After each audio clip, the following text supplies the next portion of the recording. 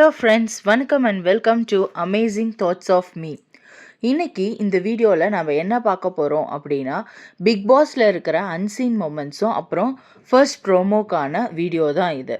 First ப்ரோமோவில் என்ன போட்டிருக்காங்க அப்படின்னா, திவாகர் அவருக்கும் சபரி அவருக்கும் சண்டை வருது. எதனால் சண்டை அப்படின்னா, ஆக்சுவலாக நேற்றுக்கு வந்து காமன் ஃபுட் வந்திருக்கும்.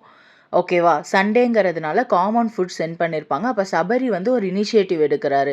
என்னன்னா, ஒரு பவுல் எடுத்து அந்த பவுலில் வந்து அளவு சாப்பாடு எல்லாருக்கும் ஈக்குவலாக அளவு பிரித்து வைக்கிறாரு. அதை பார்த்துட்டு சும்மா தான் இருந்த திவாகர், இந்த விஜய் பார்வதி வந்து நீ என்ன பவுலில் சாப்பாடு வைக்கிறது, நான் எனக்கு வச்சுக்கிறேன் அப்படின்னு சொல்லி அந்த அளவை விட கம்மியாக தான் வச்சாங்க. அப்படி கம்மியாக வச்சாலுமே அது பார்த்திங்கன்னா அளவு வந்து மிஸ்மேட்ச் ஆகுது. அதை வந்து சபரி சொல்லியிருப்பார், எல்லாருக்குமே அளவு வந்து ஒரே அளவாக கொடுக்கணும் அப்படின்னு சொல்லியிருப்பார். ஆனால் இவங்க வந்து நடுவில் எடுத்துகிட்டு போகவும் இவர் வந்து திட்டிருப்பார், ஒரு நிமிஷம் இருங்க, நான் எல்லாருக்கும் ஒரே அளவே வைக்கிறேன், அதுக்கப்புறம் உங்களுக்கு வேணான்னா நீங்கள் உங்களுக்குள்ளே ஷேர் பண்ணிக்கங்க அப்படின்னு சொல்லியிருப்பார். அதுக்கு உடனே இந்த திவாகர், கப்பிலெல்லாம் சாப்பிட்றது டீசெண்டாக இல்லைப்பா, கப்பிலெல்லாம் சாப்பாடு கொடுக்கறது டீசெண்டாக இல்லைப்பா அப்படின்னு சொல்லியிருப்பார். இது எனக்கு வந்து ஒரு ஆக்வர்டான பாயிண்ட்டாக தெரிஞ்சிச்சு. அதாவது அவங்க சொல்கிறாங்க பாருக்கு நம்ம சப்போர்ட் பண்ணணும் அப்படிங்கிறதுக்காக இவர் திவாகர் அவர் வந்து பேசின மாதிரி இருந்துச்சு. பட் ஆனால் அப்படி கிடையாது. ஸோ இப்போ சபரி எடுத்த இனிஷியேட்டிவ் சரியா தப்பா, நீங்கள் என்ன நினைக்கிறீங்க? அதை வந்து எனக்கு கமெண்ட் செக்ஷனில் சொல்லுங்கள். இப்போ அதே மாதிரி தான் இன்னைக்கு காலையில் என்ன ஆயிருக்கு அப்படின்னு பார்த்தீங்கன்னா, நேற்று நைட்லேருந்தே இந்த பிரச்சனை நடந்துகிட்ருக்கு. இன்னைக்கு வந்து சபரி வந்து அளவு எடுத்து இது பண்ணிகிட்ருக்காரு. அதை வந்து அது என்ன சொல்கிறது, ஒரு குத்தமாக ஒரு இதுவாக எபிசோடில் நேற்றுக்கு வந்து காமிச்சிருந்தாங்க, ஒரு தப்பாக எபிசோடில் வந்து காமிச்சிருந்தாங்க. பட் இது வந்து தப்பான செயல் அப்படிங்கிற மாதிரி எனக்கு தோணலை. இன்னொரு பக்கம் பார்த்திங்கன்னா, நான் வியானா எடுத்து வச்ச பாயிண்ட் வந்து அன்றைக்கி ஆக்சுவலாக நான் என் வீடியோவில் சொல்கிறதுக்கு நான் மிஸ் பண்ணிட்டேன். அந்த ஜெயிலிருந்து அவங்க வரத்துக்கு முன்னாடி நினைக்கிறேன். ஆமாம், அப்போ வந்து ஆதிரை சொல்லியிருப்பாங்க வியானா வந்து ஃபுட்டை வேஸ்ட் பண்ணாங்க அப்படின்னு சொல்லிட்டு.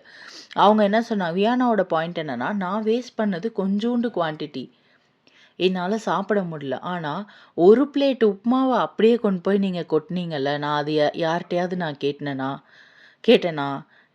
நீங்கள் வேஸ்ட் பண்ணும்போது அது சாப்பாடுனா, நான் வேஸ்ட் பண்ணும்போது அது சாப்பாடுனா, நீங்கள் வேஸ்ட் பண்ணும்போது அது சாப்பாடு தானே.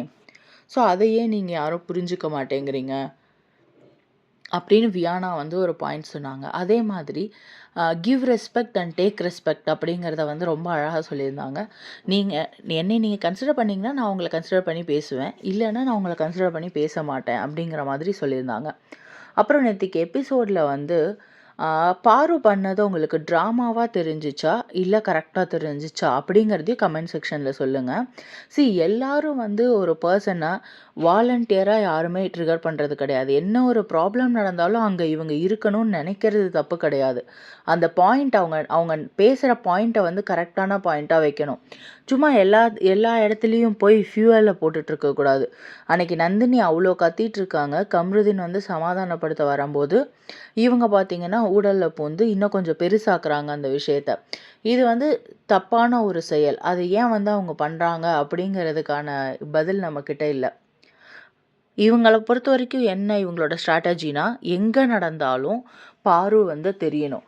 இவங்க வந்து நைட்டு அவர்கிட்ட இந்த திவாகர் கிட்ட சொல்லிட்டு இருக்காங்க, நான் வந்து கேமரா இருக்குது அப்படிங்கிறதுக்காக நான் பேசலை அப்படின்னு.